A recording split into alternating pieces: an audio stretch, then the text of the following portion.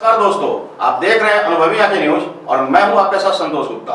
आइए देखते हैं बिहार की ये स्पेशल रिपोर्ट। बिहार सरकार के पथ निर्माण एवं उद्योग मंत्री दिलीप जायसवाल ने पूर्णिया में पत्रकारों को संबोधित करते हुए कहा कि प्रधानमंत्री नरेंद्र मोदी बंगाल में बड़ी योजनाओं की राशि का उद्घाटन और शिलान्यास कर रहे हैं।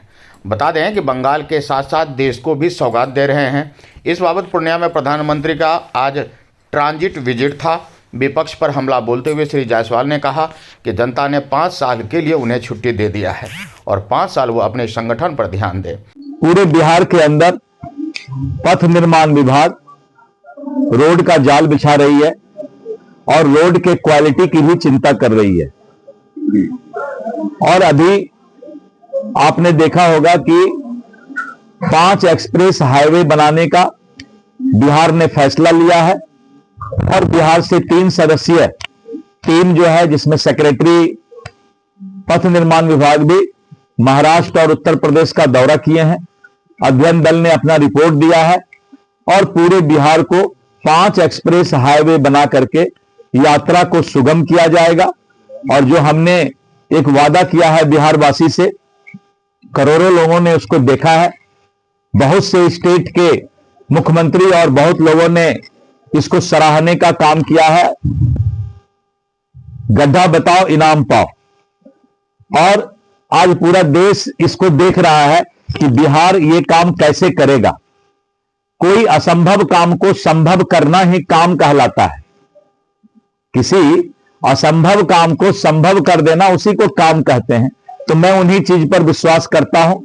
और एक पॉलिसी जो हमारा फरवरी मार्च में आ रहा है, रोड मेंटेनेंस पॉलिसी, और हम इस वादा को पूरा करेंगे कि पथ निर्माण विभाग के रोड में एक भी गड्ढा पूरे बिहार में नहीं रहेगा।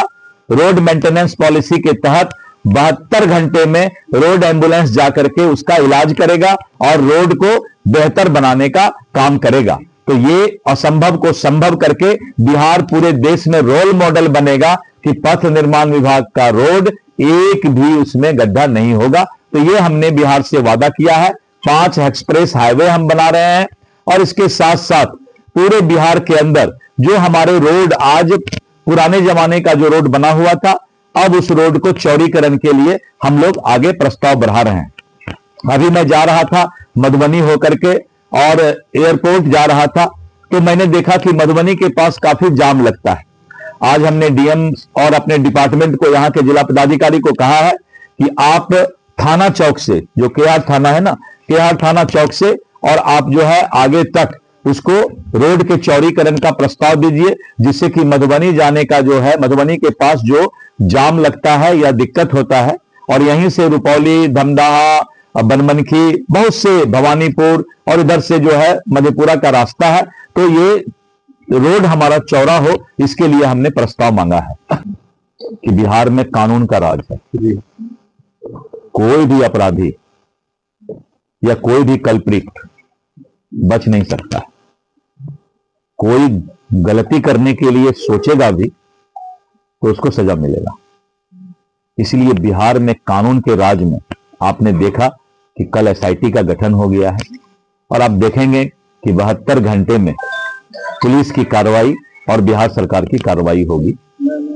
लेकिन एक बात मैं जरूर बताना चाहूंगा कि जिस तरह से पूर्णिया के सांसद भी और विपक्ष के कुछ नेता भी पूरे 15 करोड़ के 14 करोड़ के आबादी वाले बिहार राज्य में कहीं भी घटना घटता है तो ये लोग भगवान से रात भर सपना में भी मनाते रहते हैं कि कोई घटना घटे तो इनका नेतागिरी का दुकानदारी चले। नेतागिरी की दुकानदारी करना बंद करें। बिहार 20 साल आगे का सोच रहा है। हम लोगों को सभी तरह के सोच में बदलाव लाना होगा और जब हम बदलाव लाएंगे, क्योंकि सभी लोग तो इसी समाज के हैं, अपराधी भी किसी का बेटा बिहार के ही लोगों का है, भ्रष्टाचारी पदाधिकारी भी इसी बिहार के किसी का बेटा या भाई होगा। कुछ हम लोगों को समाज में उस संस्कार को फिर से बचाने का प्रयास करना होगा। हम चिंता करते हैं कि मेरा बेटा दरोगा है तो एक्स्ट्रा कमाई कितना करके ला रहा है। पत्नी भी इंतजार करती है कि आज पतिदेव कितना एक्स्ट्रा ला रहे हैं। इस मानसिकता से थोड़ा दूर हटना होगा, तब जाकर के जो है सब तरह से एक सामाजिक ऐसा अवेयरनेस, जागरूकता की जरूरत है, तो समाज और भी मजबूत होगा। हम विदेश में जाते हैं तो कहीं थूकते नहीं है, कहीं कागज का टुकड़ा फेंकते नहीं, लेकिन अपना देश में रहते हैं तो कहीं थूक भी देते हैं, कहीं कागज का टुकड़ा फेंक भी देते हैं। आपने देखा कि पटना में हमने कह दिया है कि कोई भी सार्वजनिक जगह अगर कोई थूकेगा तो 500 रुपए उसको देना पड़ेगा। तो इसलिए जो है अब सजा देकर के कोई चीज सुधारना अच्छी बात नहीं है।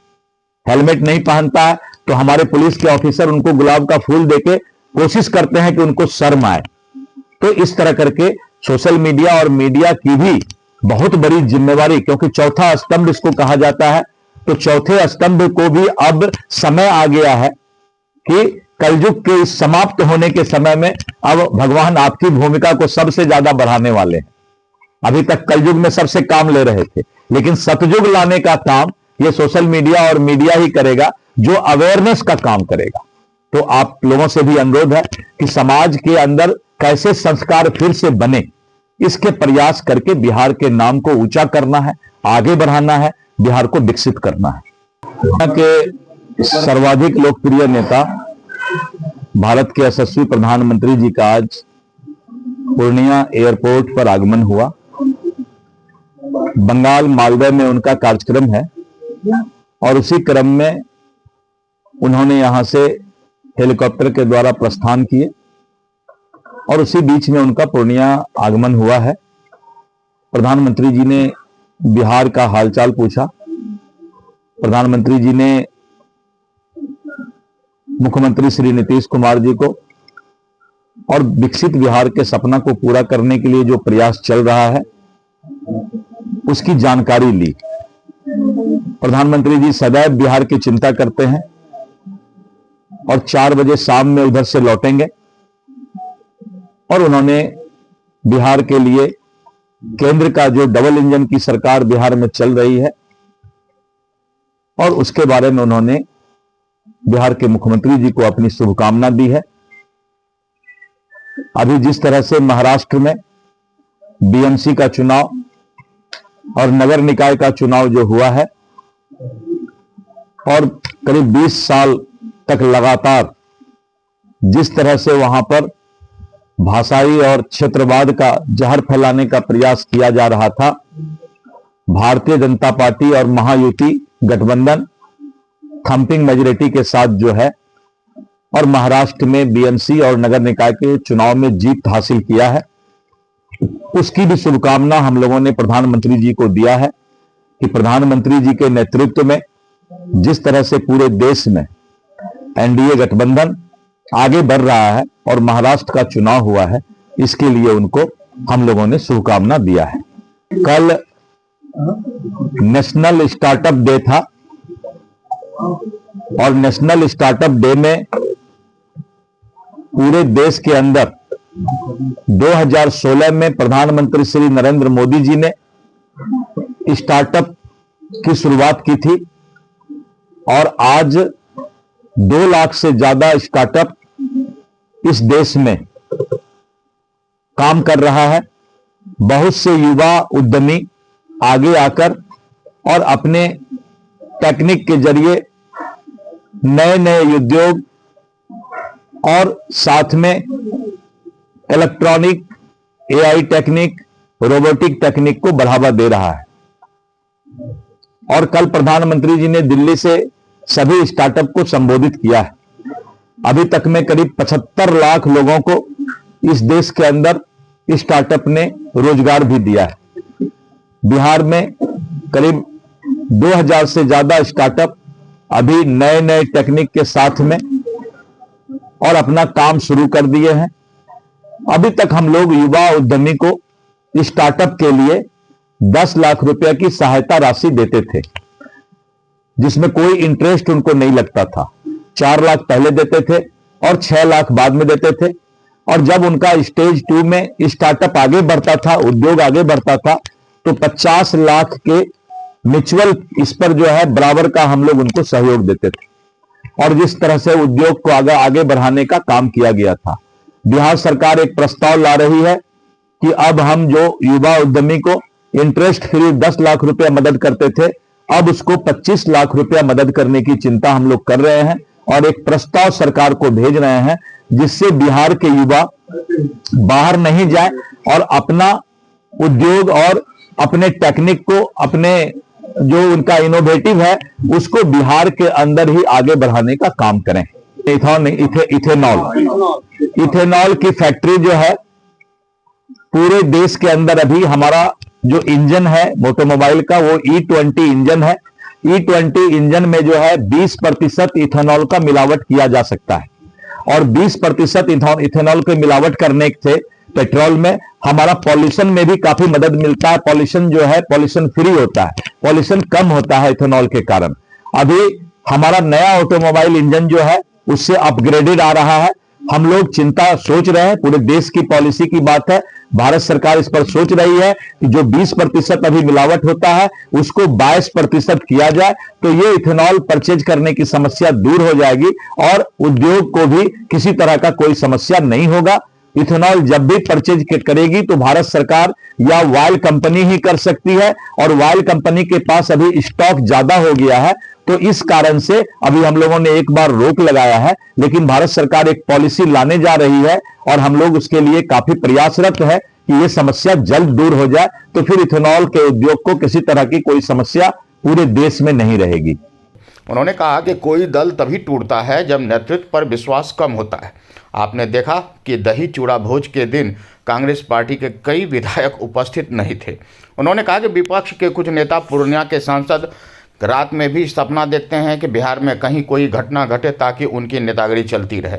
बिहार 20 साल आगे का सोच रहा है और यह नेता आज भी नेतागिरी चमकाने की बात कर रहे हैं।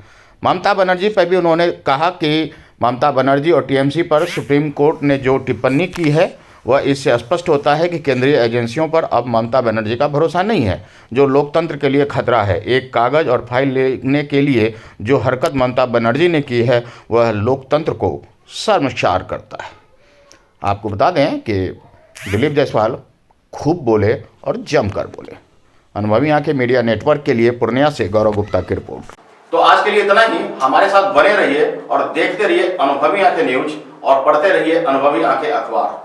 सोशल साइट्स, ऑनलाइन चैनल पे जाकर आप हमारे चैनल्स को देख सकते हैं, लाइक और सब्सक्राइब भी कर दीजिए। दोस्तों, आप हमसे जुड़ने के लिए अपना पासपोर्ट साइज फोटो और एक आधार कार्ड की फोटोकॉपी हमें भेज दें और हमसे जुड़ें। हमारे से जुड़ने के लिए इस नंबर पे आप हमसे बात कीजिए। हमारा नंबर है 8826227802।